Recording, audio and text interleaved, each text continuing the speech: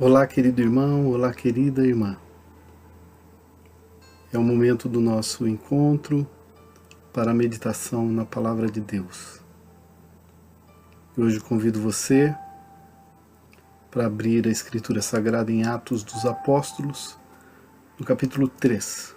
Nós vamos ler os 10 primeiros versos desse texto, que diz assim: Pedro e João subiam ao templo para a oração da hora nona, e era levado um homem coxo de nascença, o qual punham diariamente à porta do templo chamada Formosa, para pedir esmola aos que entravam. Vendo ele a Pedro e João que iam entrar no templo, implorava que lhe dessem uma esmola. Pedro, fitando juntamente com João, disse: Olha para nós. Ele os olhava atentamente, esperando receber alguma coisa. Pedro, porém, lhe disse: Não possuo nem prata, nem ouro, mas o que eu tenho, isso te dou. Em nome de Jesus, o Nazareno, anda. E tomando-o pela mão direita, o levantou. Imediatamente os seus pés e tornozelos se firmaram, e de um salto se pôs em pé, passou a andar e entrou com eles no templo, saltando e louvando a Deus. Viu todo o povo a andar e a louvar a Deus, e reconheceram ser ele o mesmo que esmolava sentado à porta formosa do templo, e se encheram de admiração e assombro por isso que lhe acontecera. Essa é a palavra de Deus, na qual meditaremos nessa hora. Que Deus nos abençoe. A fé é feita de muitas expressões. Os reformadores afirmaram que a oração é o principal exercício da fé. E a igreja nasceu exercendo a oração. E aqui no início da história da igreja, no começo do livro de Atos dos Apóstolos, Pedro e João sobem ao templo para orar. Mas a oração é uma expressão da fé. Há muitas outras.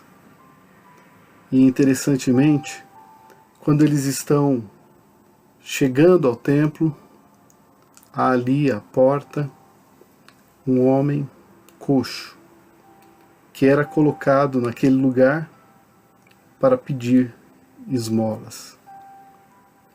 E talvez muitos não saibam, dar esmola é um mandamento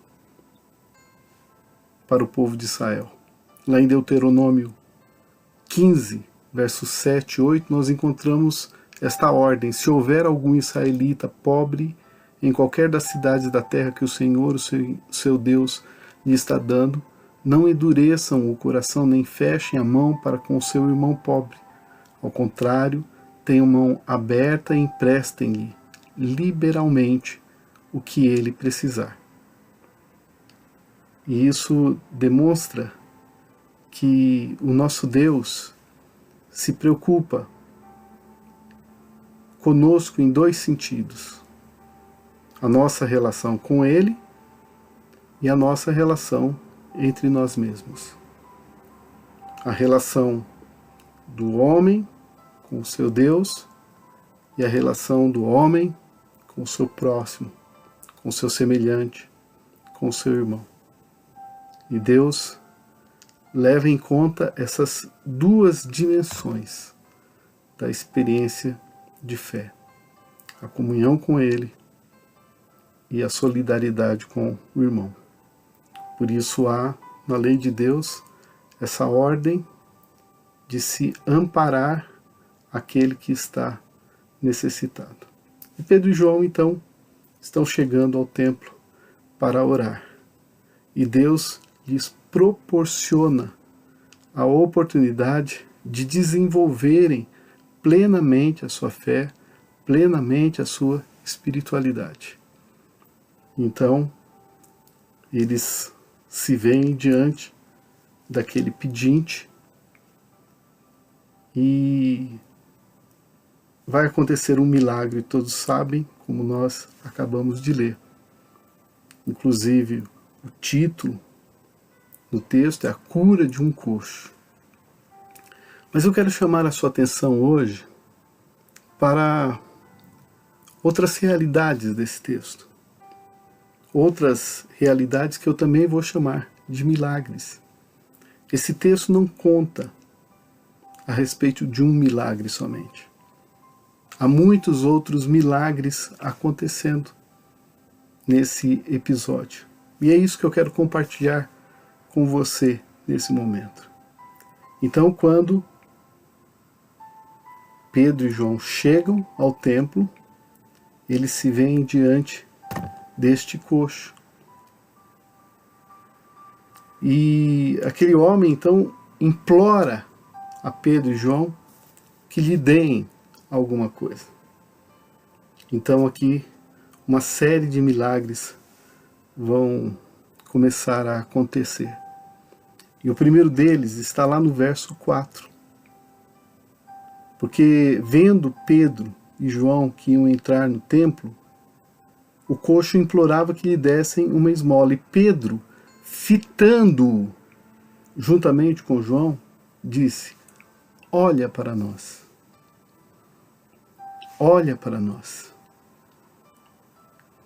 Esse é um milagre que está acontecendo nesse episódio, nessa história. O milagre da aproximação. O milagre quando uma pessoa olha para outra e não vê uma paisagem, não vê um objeto, mas vê um ser humano e o identifica. Olhe para nós. Este é um milagre de comunhão, de interação, de envolvimento. E esse é um milagre que deve se realizar entre nós, todos os dias da nossa vida. E o coxo os olhava atentamente, esperando receber alguma coisa. Mas Pedro e João não tinham recursos financeiros. Inclusive, desde que foram chamados por Jesus para serem seus discípulos, e depois que se fizeram apóstolos da igreja, eles viviam do favor dos outros, eles viviam das doações dos outros. Eles exerciam um ministério dependendo da boa vontade de outras pessoas também.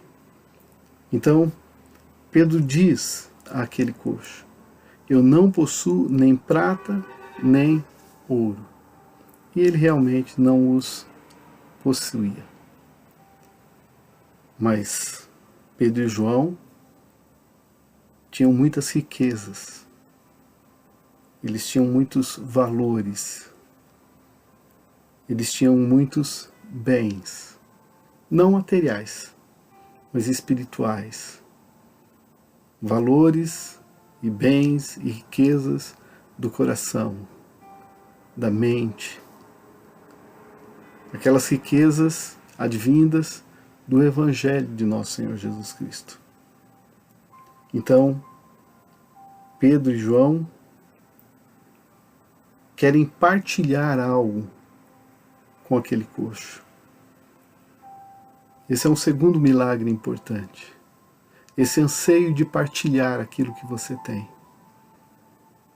Você não tem riquezas materiais, mas Deus te concedeu muitas riquezas maravilhosas. E você pode compartilhar uma atenção, um carinho, um amor, uma mão estendida, como nós veremos logo a seguir. Então Pedro diz: nem prata nem ouro eu possuo, mas o que eu tenho, isso eu te dou. O que eu tenho, isso eu te dou.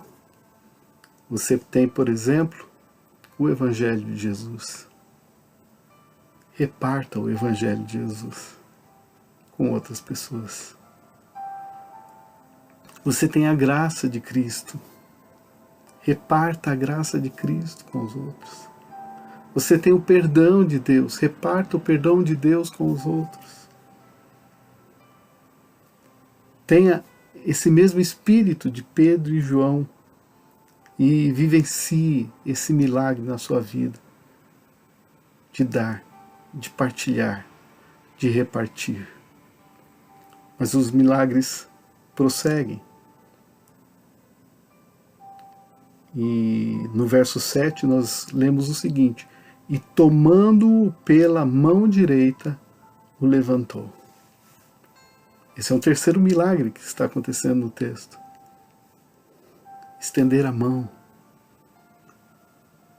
Quando encontramos alguém caído, quando encontramos alguém rastejando, quando encontramos alguém numa situação muito precária, ao invés de criticarmos, ao invés de repudiarmos, de desprezarmos, de tratarmos com preconceito, ao invés de rejeitarmos, de detestarmos, de odiarmos, deve acontecer esse milagre de estendermos as mãos. Coxo, como todos sabemos, era um infortúnio para a sociedade. Era um fardo para os parentes. Era um escândalo para os religiosos, pois era tido como amaldiçoado de Deus. Pense nisso. Eles estenderam as mãos. Eles o tomaram pela mão e o levantaram. Às vezes a gente encontra alguém caído e a gente termina de derrubar. Mas o milagre que Deus quer ver através da nossa vida e das nossas mãos é a nossa mão estendida para levantar aquele que está caído. E diz o texto que ele imediatamente se pôs em pé, porque os seus pés e tornozelos se firmaram, e ele deu um salto e passou a andar. E diz o texto, entrou com eles no templo. Esse é um quarto milagre maravilhoso, porque o coxo era sempre colocado à porta do templo, sempre ficava do lado de fora do templo. Ele não era incluído no templo, ele não era acolhido no templo. Mas Pedro e João, com o seu ato de comunhão com aquele homem, com a sua atitude de repartir, de doar, com o seu empreendimento de estender as mãos, incluiu aquele homem no interior do templo. O templo que significa o local da habitação de Deus. Olha que milagre maravilhoso. Alguém sendo levado para a presença de Deus. Como o apóstolo Paulo diz, nos ensina ao perguntar: como crerão se não há quem pregue? Como crerão se não há quem leve, quem carregue, quem arraste até a presença de Deus? E eles fizeram isso. Aquele homem que era coxo, agora era um irmão, era uma pessoa da família de Jesus e caminhava com eles. Permita que os coxos experimentem esse milagre de serem acolhidos. Os coxos espirituais precisam ser acolhidos. Deixe Deus agir na sua vida. Coloque-se como instrumento do Espírito Santo. E chame essas pessoas para andar com você e para entrar na presença de Deus com você. E um último e quinto milagre que eu quero partilhar com você está no verso 8,